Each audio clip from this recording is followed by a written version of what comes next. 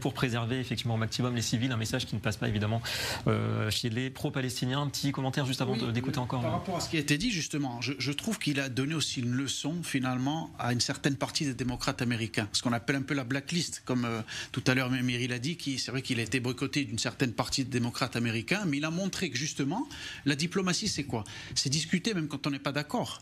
Mais finalement qu'est-ce qu'ils ont montré, une certaine partie des démocrates aujourd'hui, c'est que finalement quand Israël n'est pas dans la même ligne idéologique, eh ben on ne discute plus. C'est ce qu'a fait finalement, comme on l'a dit tout à l'heure en début d'émission, l'administration Biden qui n'a pas reçu Benjamin Netanyahu pendant des mois à Washington, où la politique de la chaise vide, il a montré que, après tout, même si on n'est pas d'accord, eh ben on reste des alliés, on reste des amis. Le cap en tenant compte de l'évolution démographique et politique aux États-Unis qui n'est pas forcément favorable. Qui n'est pas forcément favorable, parce qu'il y a un électorat qui est de plus en plus hostile à Israël du côté des démocrates. Donc Benjamin Netanyahu, il le sait très bien, il faut aujourd'hui gérer cela aussi. Et donc je pense qu'il a été très bon, et je pense qu'il a donné une leçon aussi de diplomatie en remerciant chaleureusement Joe Biden plusieurs fois. Il a montré que malgré les divergences profondes, eh bien, la diplomatie, c'est ça, on discute, on ne fait pas la politique de la chaise vide.